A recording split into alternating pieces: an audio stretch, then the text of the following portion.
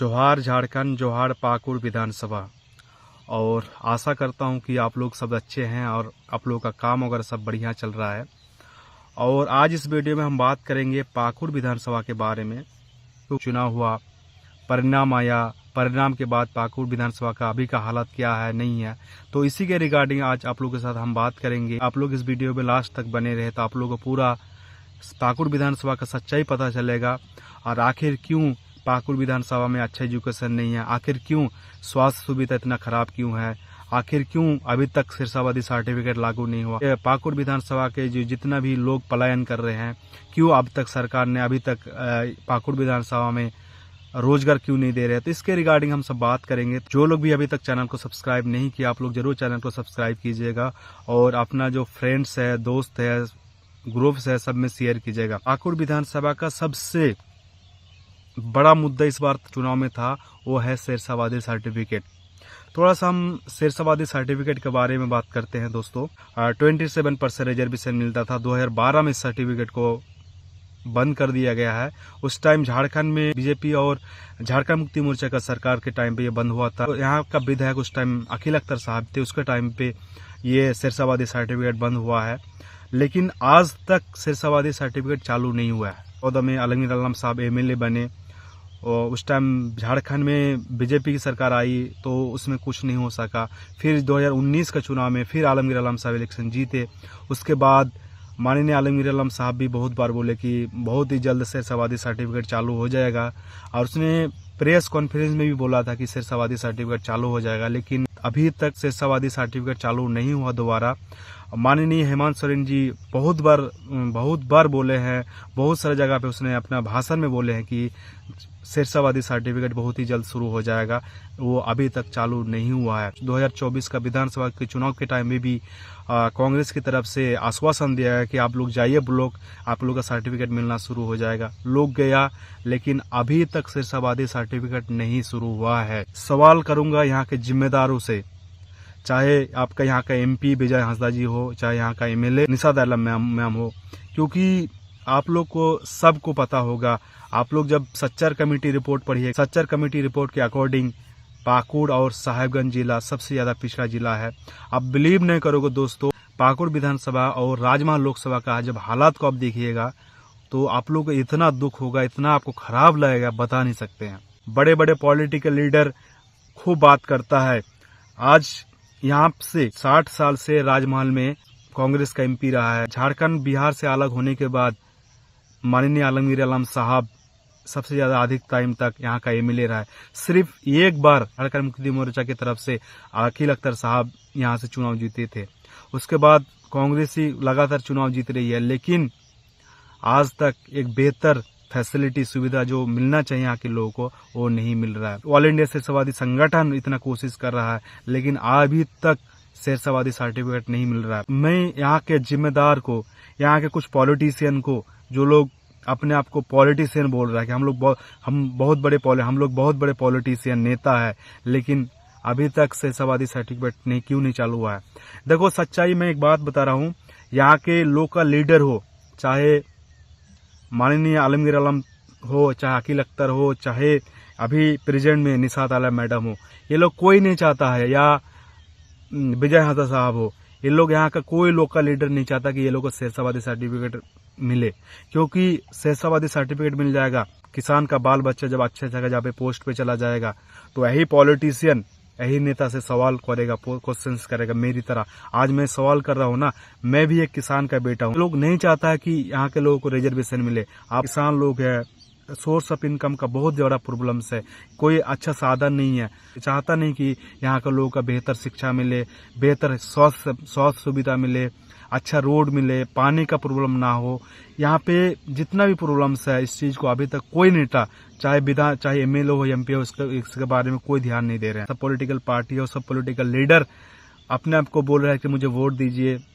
चुनाव के टाइम पे सब पॉलिटिकल पार्टी अपना अपना दावा कर रहे हैं। एक तरफ से आजसू की तरफ से दावा कर रहे थे, एक तरफ से समाजवादी पार्टी से अखिल अख्तर साहब दावा कर रहे थे, एक तरफ कांग्रेस की तरफ से निशात आलम मैडम दावा कर रहे थे कि मुझे जिताइए, मैं आप लोगों के लिए बेहतर काम करेंगे, लेकिन अभी तक सिरसाबादी सर्टिफिकेट चालू क्यों नहीं हुआ। यहाँ का जो एमएलए अगर इस काम को आगे नहीं बढ़ा रहे हैं ना, पाकुड़ विधानसभा का जो लीडर ऑफ अपोजिशन को भी ना रोड पे विरोध करना चाहिए, सवाल पूछना चाहिए यहाँ का एमएलए को, यहाँ का एमपी को, लेकिन ये लोग चुप बैठे हुए हैं। वकील अख्तर साहब इसके बारे में आवाज उठा रहे हैं, अजहर इस्लाम यहाँ के आवाज उठा रहे हैं। सिरसाबादी सर्टिफिकेट क्यों नहीं मिल रहा है। आप सेंट्रल यूनिवर्सिटी में एडमिशन कराने जाइएगा, आप चाहे कोई जनरल कंपटीशन का प्रिपरेशन कर रहे हैं, यूपीएससी का प्रिपरेशन, मेडिकल का प्रिपरेशन कर रहे हैं, नीट का प्रिपरेशन कर रहे हैं या आईआईटी का प्रिपरेशन कर रहे हैं, वहाँ पे आपको रिजर्वेशन नहीं मिलेगा, क्योंकि आपको उस एग्जाम में आपको जनरल कैटेगरी में कर देगा। आप जनरल कैटेगरी से कंपटीशन करना बहुत टफ हो जाएगा, क्योंकि मैं जनरल कैटेगरी से कंपटीशन को फेस कर रहा हूँ।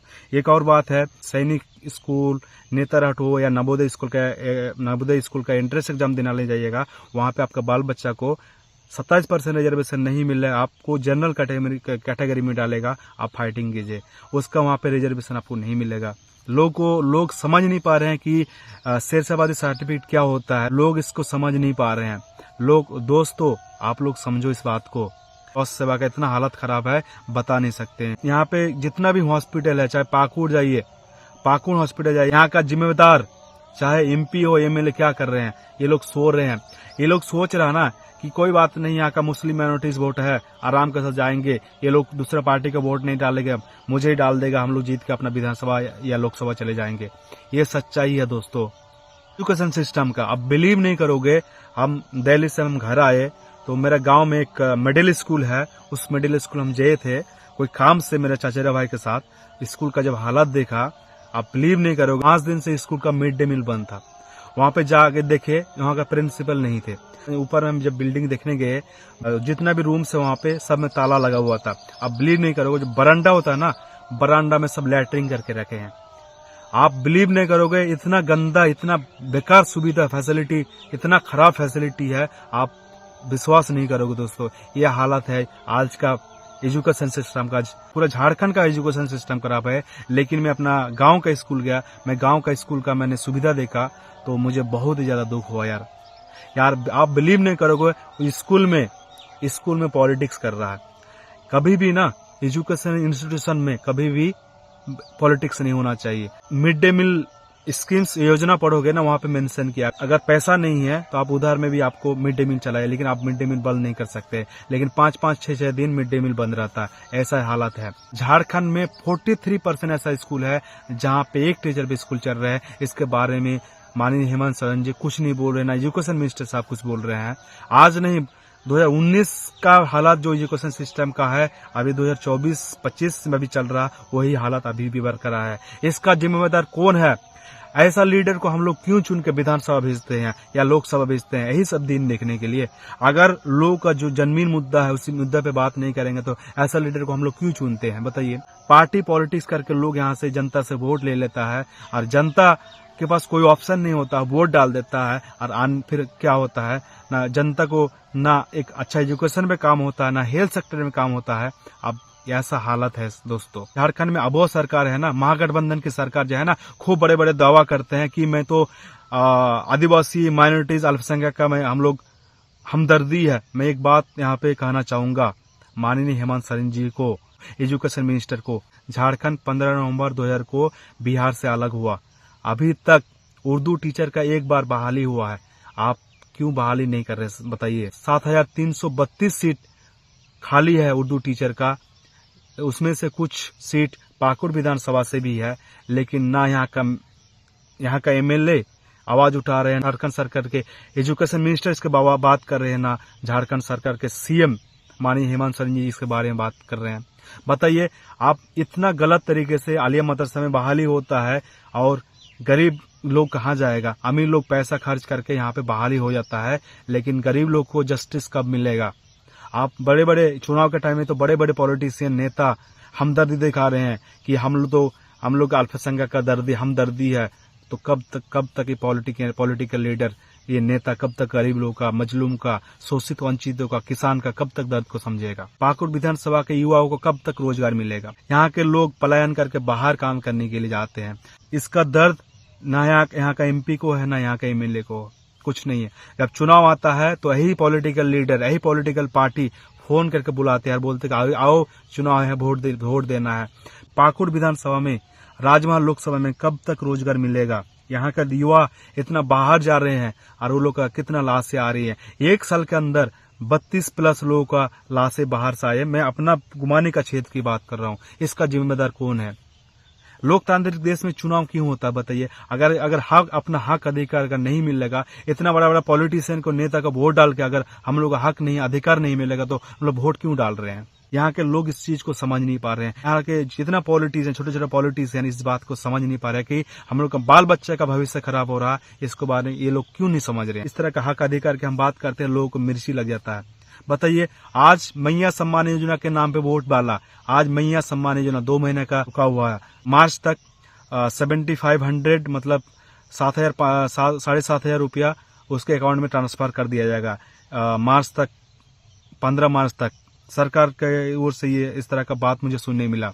सरकार रोक लगाया और बोला कि सबसे पहले आधार में ये लोग को लिंक करना है। तो अब तक 40 लाख महिलाओं को आधार के साथ लिंक कर दिया गया है। अभी 20 लाख और आधार लिंक होना बाकी है।